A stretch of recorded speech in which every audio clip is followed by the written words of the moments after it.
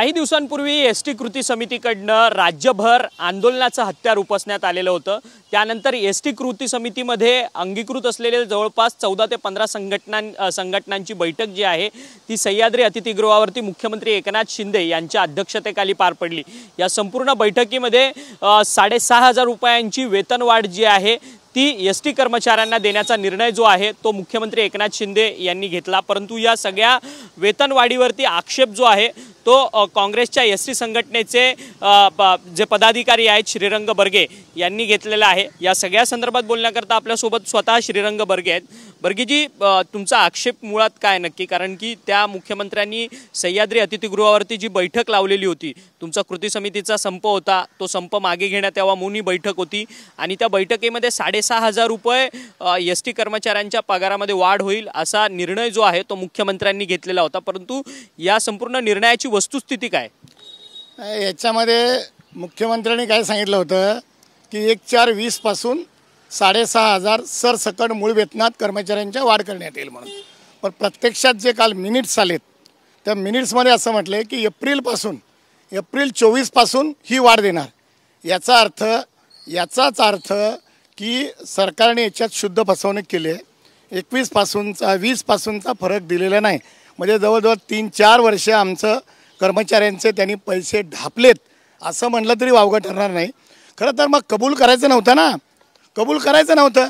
आता त्यांनी काय म्हटलं, एस टीची आर्थिक परिस्थिती सुधारल्यानंतर आता पहिल्यांदा 9 वर्षामध्ये एस टी महामंडळ हे आत्ता या महिन्यामध्ये ऑगस्टमध्ये एक काही कोटीत एक 16-17 कोटीमध्ये म्हणजे प्रॉफिटमध्ये आले।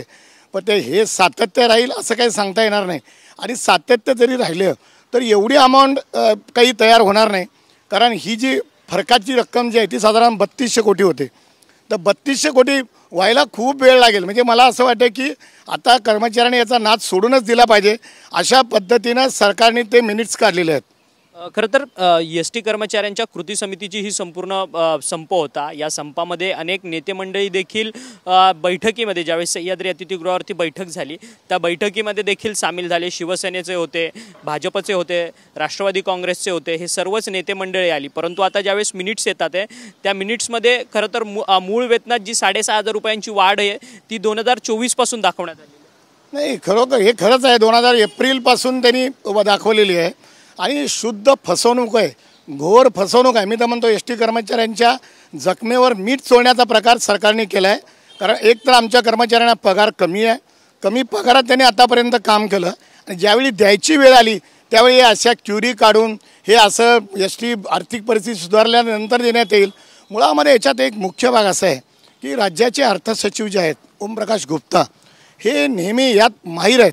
त्यांनी आता बघा संप काळामध्ये एस टीला खर्चाला कमी पडणारी सगळी रक्कम देऊ असं कबूल केलं होतं शासनाने त्रिसदस्यीय समितीच्या मार्फत, आणि ती तशी कधीच दिलेली नाही आहे। त्या संप झाल्यानंतर एकाही महिन्यात त्याने असं भरपूर त्यांनी कधी वेळेवर पैसे देत नाहीत आणि पैसे दिले तर ते कमी देतात। त्यामुळे ते जे अर्थसचिव आहेत ते नेहमी काही ना काहीतरी खोडा घालतात आणि ते त्या समितीमध्ये होते, जी वेतनवाढीची समिती होती त्याच्यामध्ये ते होते स्वतः। म्हणजे त्याच्याकडून कसं काय न्याय मिळणार कर्मचाऱ्यांना, आणि म्हणून त्याने हा पुन्हा एक खोडा घातलेला आहे आणि कर्मचाऱ्यांना त्यांच्या हक्काच्या रकमेपासून वंचित ठेवलेलं आहे।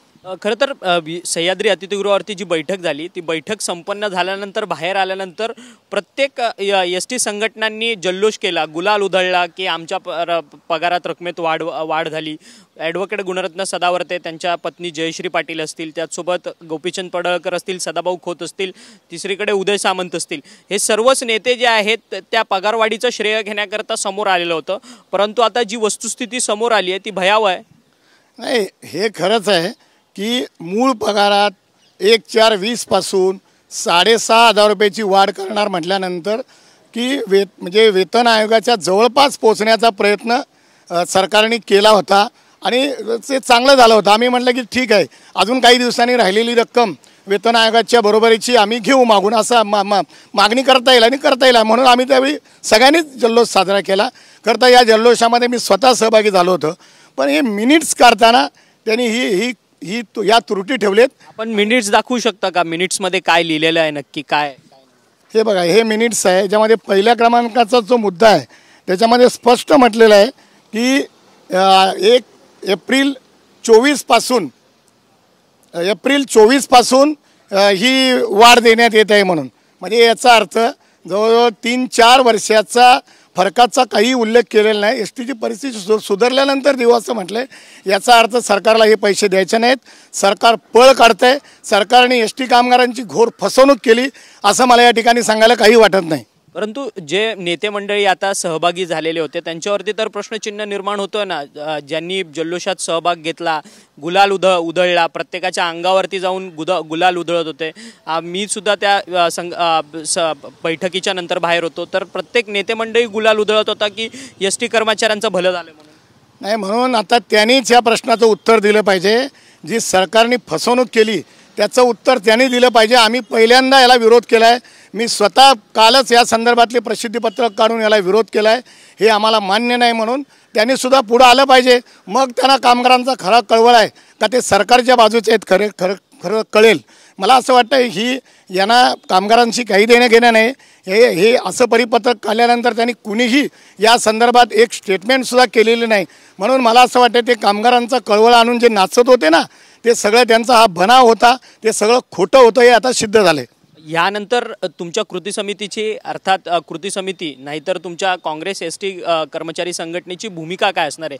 जर तुम्हाला 2020 पासून वेतनवाढ मिळाली पाहिजे होती, ती आता 2024 पासून मिळणार. अर्थात तुम्हाला तुमच्या हातात फक्त 5 महिन्याचाच वेतनवाढ जी आहे ती तुमच्या खिशात येणार आहे आणि जवळपास ती पण 2500, 1500 आणि 3500 वाढलेली आहे. कारण की जी पूर्वी वाढ दिलेली आहे त्या पूर्वीच्या वाढीमध्ये हे 6500 रुपये मोजले जाणार आहेत.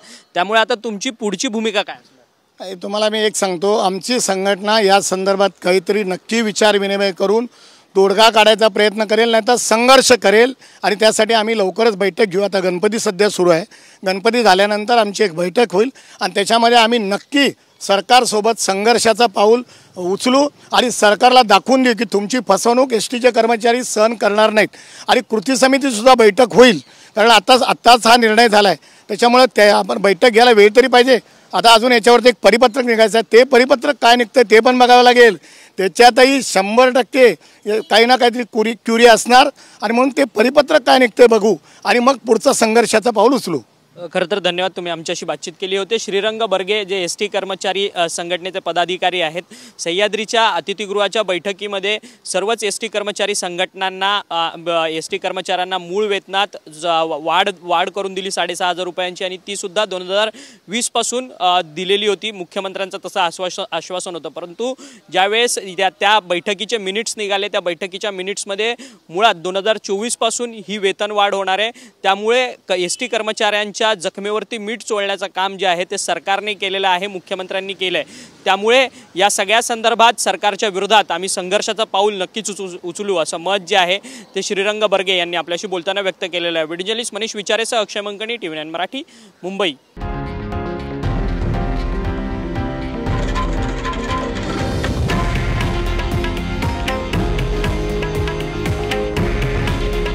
हे आहे देशातील नंबर 1 न्यूज नेटवर्क आणि आपण पाहत आहात TV9 मराठी.